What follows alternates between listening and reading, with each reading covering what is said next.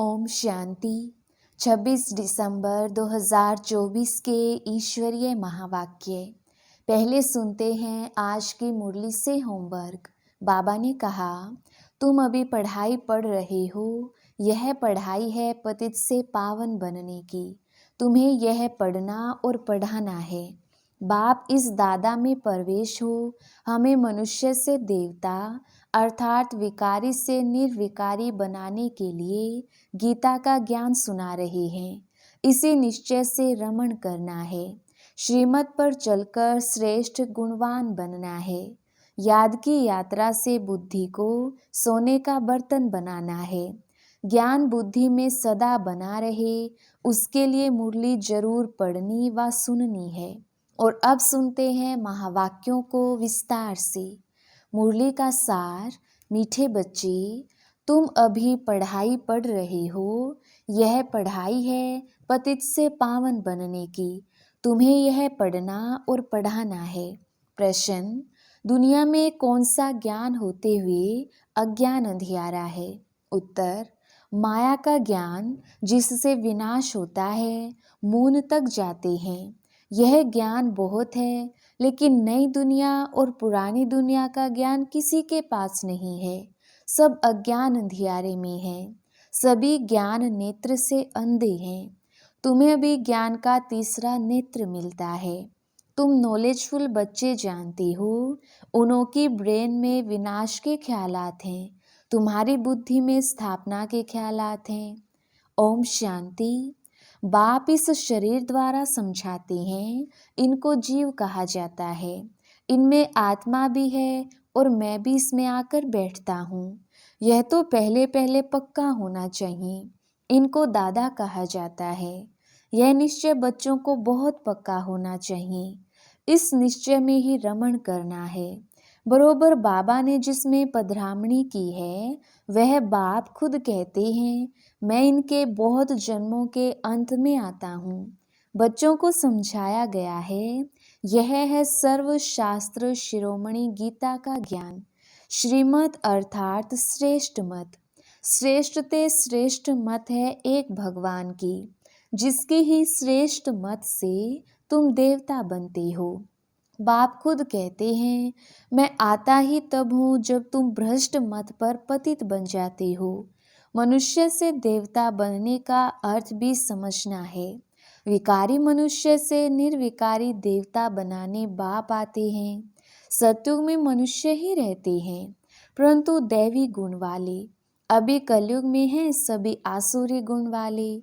है सारी मनुष्य सृष्टि, परंतु यह है ईश्वरीय बुद्धि और वह है आसुरी बुद्धि। यहाँ है ज्ञान, वहाँ है भक्ति। ज्ञान और भक्ति अलग अलग है। भक्ति के पुस्तक कितने ढेर के ढेर हैं। ज्ञान का पुस्तक एक है। एक ज्ञान सागर की पुस्तक एक ही होना चाहिए। जो भी धर्म स्थापन करते हैं, उनका पुस्तक भी एक ही होता है, जिसको रिलीजियस बुक कहा जाता है। पहली पहली रिलीजियस बुक है गीता। पहला पहला आदि सनातन देवी देवता धर्म है, ना कि हिंदू धर्म। मनुष्य समझते हैं गीता से हिंदू धर्म स्थापन हुआ। गीता का ज्ञान श्री कृष्ण ने दिया। कब दिया? परंपरा से। कोई शास्त्र में शिव भगवानुवाच तो है नहीं। तुम अभी समझते हो, इस गीता ज्ञान द्वारा ही मनुष्य से देवता बने हैं, जो बाप अभी हमें दे रहे हैं। इसको ही भारत का प्राचीन राज्य कहा जाता है, जिस गीता में ही काम महाशत्रु लिखा हुआ है। इस शत्रु ने ही तुम्हें हार खिलाई है। बाप इस पर ही जीत पहनाकर जगत जीत विश्व का मालिक बनाते हैं। बेहद का बाप बैठ इन द्वारा तुमको पढ़ाते हैं। वह है सभी आत्माओं का बाप। यह फिर है सभी मनुष्य आत्माओं का बेहद का बाप। नाम ही है प्रजापिता ब्रह्मा। तुम किससे पूछ सकते हो कि ब्रह्मा के बाप का नाम क्या है, तो मूंझ पड़ेंगे। ब्रह्मा विष्णु शंकर, इन तीनों का बाप कोई होगा ना। ब्रह्मा विष्णु शंकर सूक्ष्म वतन में देवताएं हैं। उनके ऊपर है शिव, बच्चे जानते हैं शिव बाबा के जो बच्चे आत्माएं हैं उन्होंने शरीर धारण किया है, वह तो सदैव निराकार परम पिता परमात्मा है। आत्मा ही शरीर द्वारा कहती है परम पिता। कितनी सहज बात है।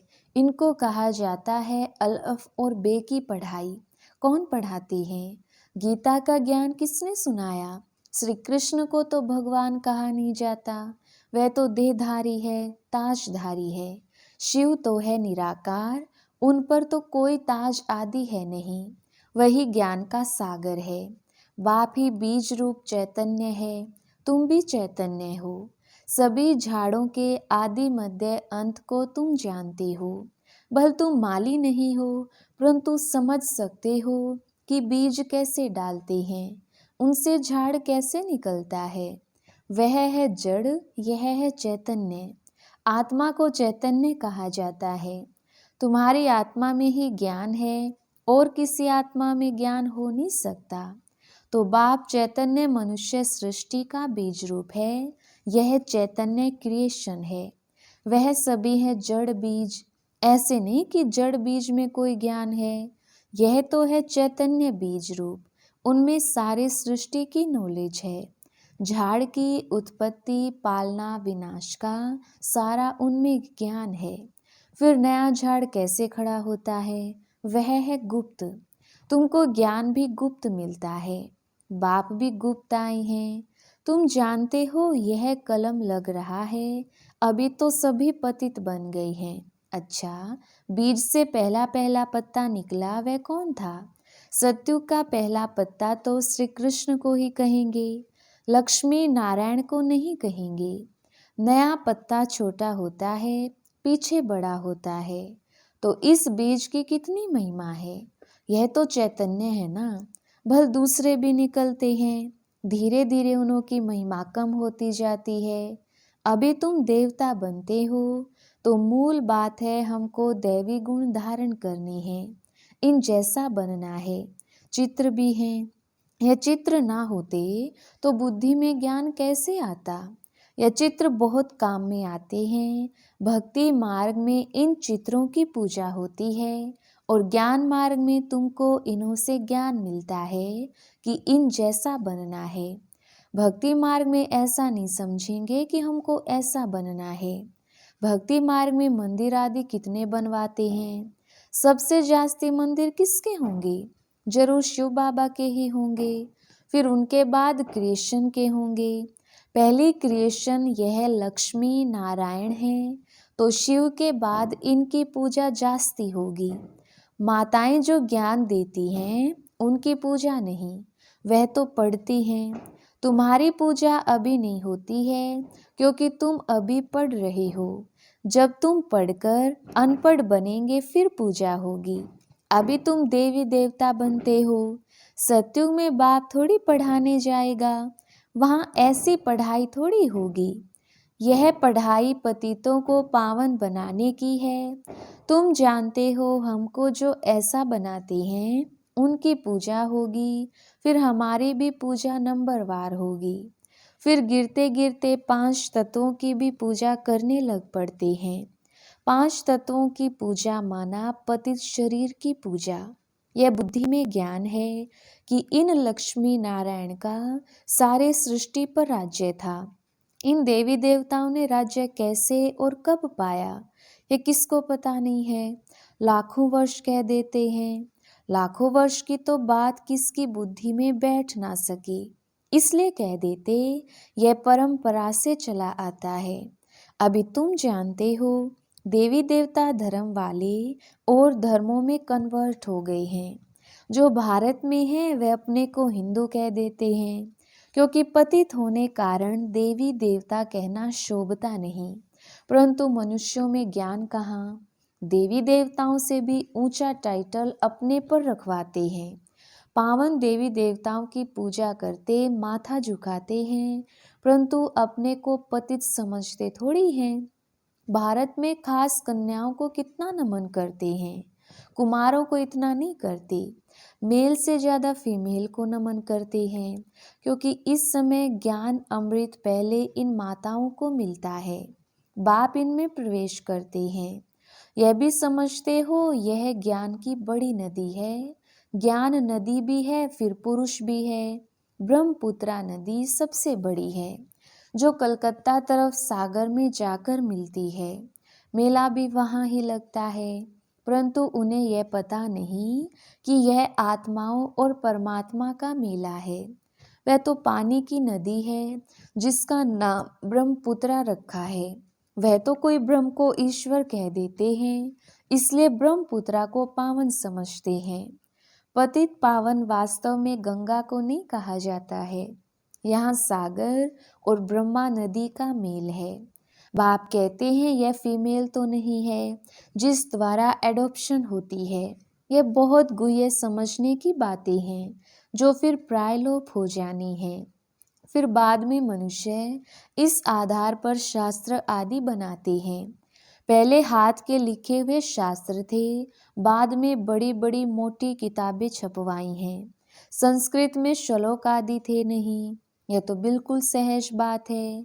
मैं इन द्वारा राजयोग सिखलाता हूँ, फिर यह दुनिया ही खलास हो जाएगी।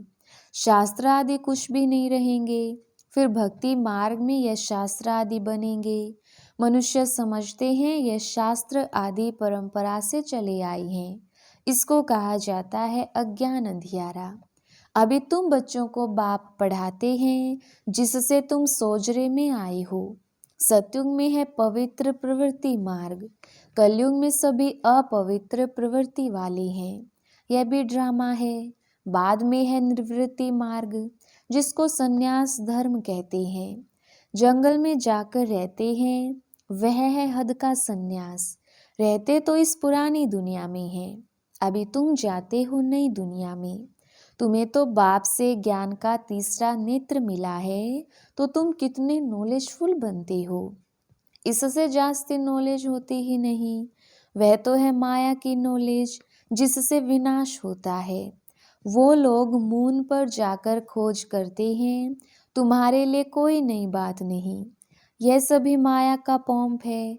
बहुत शो करते हैं, अति डीपनेस में जाते हैं कि कुछ कमाल करके दिखाएं। बहुत कमाल करने से फिर नुकसान हो जाता है। उनके ब्रेन में विनाश के ही ख्यालात आते हैं। क्या क्या बनाते रहते हैं। बनाने वाले जानते हैं इससे ही विनाश होगा। ट्रायल भी करते रहते हैं। कहते भी हैं 2 बिल्ले लड़े, माखन तीसरा खा गया। कहानी तो छोटी है, परंतु खेल कितना बड़ा है। नाम इन्हों का ही बाला है। इन द्वारा ही विनाश की नोंद है। कोई तो निमित्त बनता है ना।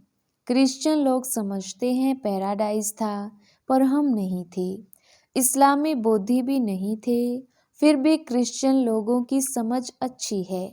भारतवासी कहते हैं देवी देवता धर्म लाखों वर्ष पहले था, तो बुद्धू ठहरे ना। बाप भारत में ही आते हैं। जो महान बेसमझ हैं उन्हें ही महानते महान समझदार बनाते हैं, परंतु फिर भी याद रहे तब। बाबा तुम बच्चों को कितना सहज करके समझाते हैं। मुझे याद करो तो तुम सोने का बर्तन बन जाएंगे, तो धारणा भी अच्छी होगी। याद की यात्रा से ही पाप कटेंगे। मुरली नहीं सुनेंगे तो ज्ञान रफू चक्कर हो जाता है। बाप तो रहमदिल होने के नाते उठने की ही युक्ति बतलाते हैं। अंत तक भी सिखलाते ही रहेंगे। अच्छा आज भोग है, भोग लगाकर जल्दी वापस आ जाना है। बाकी वैकुंठ में जाकर देवी देवताओं आदि का साक्षात्कार करना, यह सब फालतू है। इसमें बहुत महीन बुद्धि चाहिए। बाप इस रथ द्वारा कहते हैं मुझे याद करो, मैं ही पतित पावन तुम्हारा बाप हूँ। तुम्ही से खाऊं, तुम्ही से बैठूं, यह यहाँ के लिए है, ऊपर में कैसे होगा। अच्छा मीठे मीठे सिकिलदे बच्चों प्रति माता पिता बाप दादा का याद प्यार और गुड मॉर्निंग। रूहानी बाप की रूहानी बच्चों को नमस्ते। हम रूहानी बच्चों की रूहानी बाप दादा को याद प्यार गुड मॉर्निंग और नमस्ते जी। धारणा के लिए मुख्य सार। पहला पॉइंट, बाप इस दादा में प्रवेश हो, हमें मनुष्य से देवता अर्थात विकारी से निर्विकारी बनाने के लिए गीता का ज्ञान सुना रहे हैं। इसी निश्चय से रमण करना है, श्रीमत पर चलकर श्रेष्ठ गुणवान बनना है।